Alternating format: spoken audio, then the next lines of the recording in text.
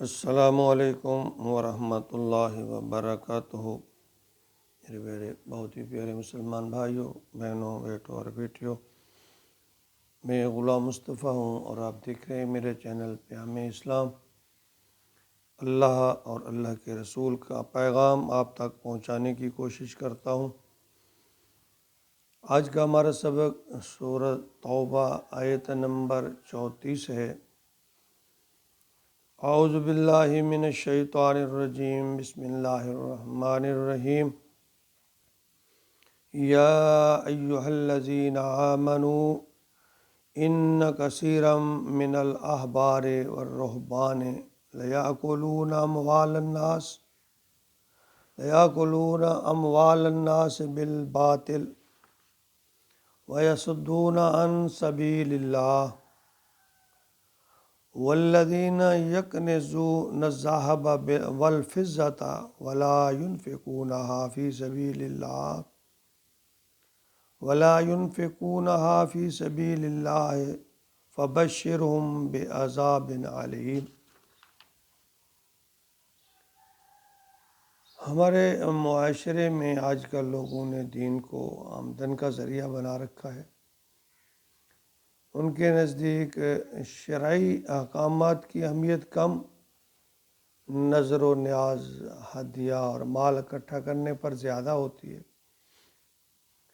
اس بارے میں نبی صلی اللہ علیہ وسلم کا کیا فرمان ہے، اللہ کا کیا حکم ہے، آج اس پر تھوڑی توجہ کی، بلکہ بہت زیادہ توجہ کی ضرورت ہے۔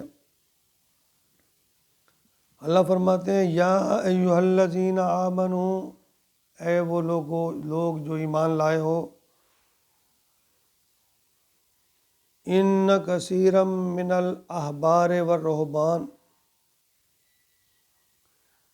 بہت سے ان میں علماء اور درویش، لیأکلون اموال الناس بالباطل، لوگوں کا مال کھاتے ہیں باطل طریقے سے،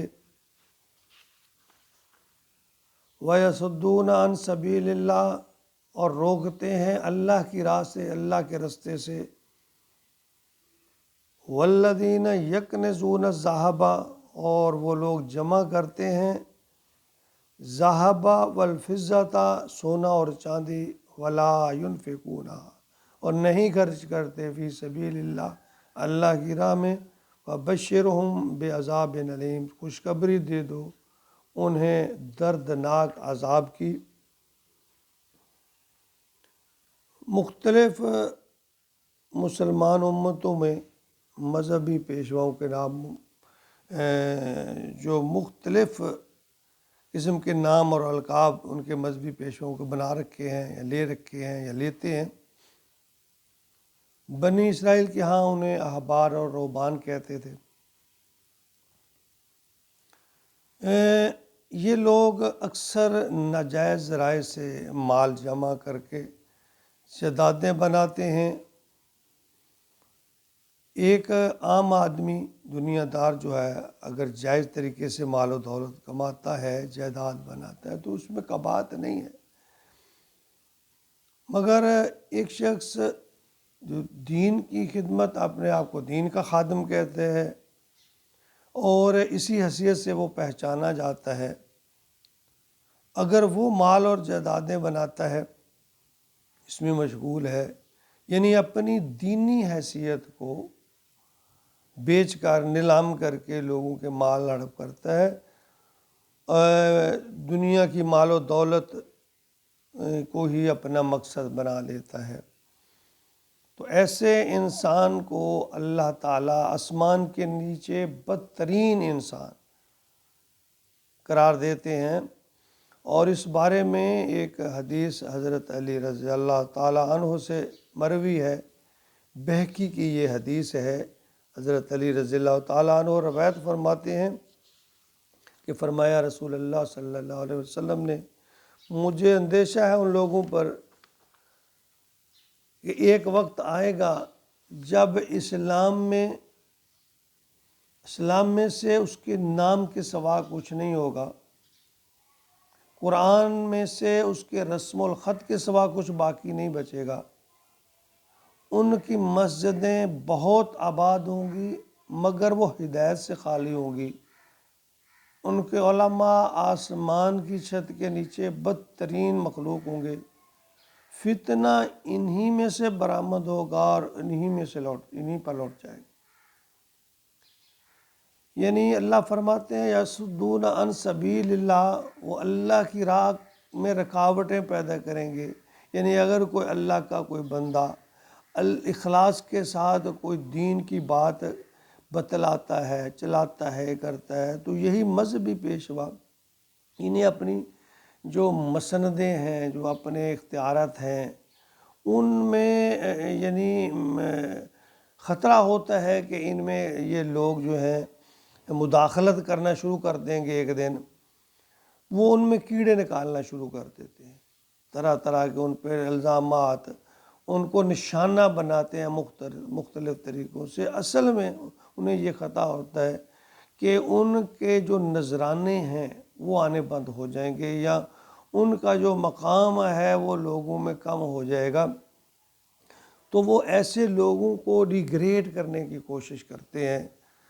فرمایا پھر والذین یکنزون الذھب والفضہ، بہت سا مال جمع کر لیتے ہیں، یعنی وہ مال جمع کرنے کی توقع میں رہتے ہیں، ولا ينفقون فی سبیل اللہ، خود اللہ کی راہ میں خرچ نہیں، لوگوں کو تو ترغیب دیتے ہیں، آپ نہیں کرتے۔ فبشرہم بعذاب علیم، بڑا دردناک عذاب ہوگا ایسے لوگوں کے لیے۔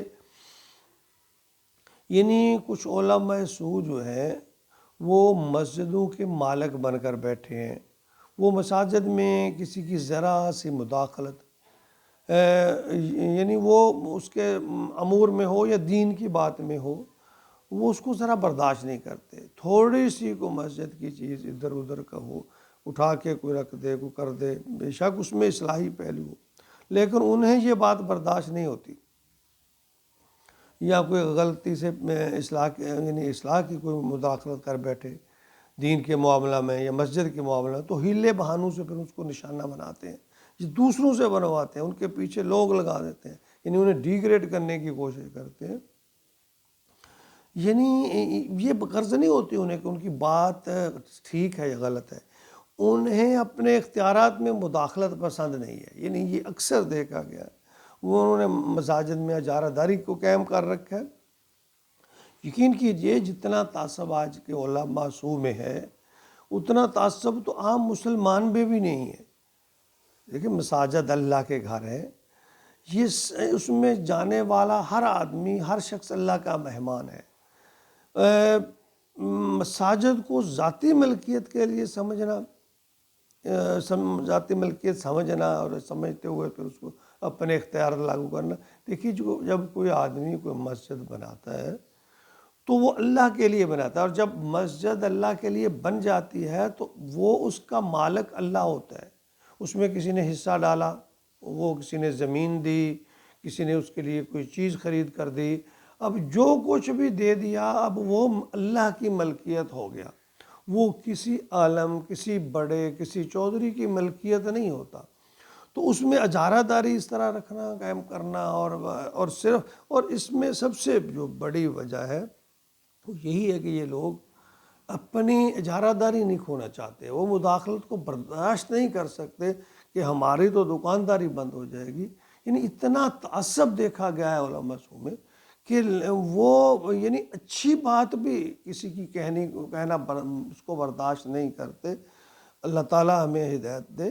اور اگر ہمارے یعنی خود نبی پاک صلی اللہ علیہ وسلم نے فرمایا، کوئی شک نہیں ہے، آپ نے فرمایا کہ یہ مجھے اندیشہ ہے ایسے لوگوں سے، اور ایسے لوگوں کو نبی پاک صلی اللہ علیہ وسلم نے چھت کے نیچے بدترین مخلوق قرار دیا۔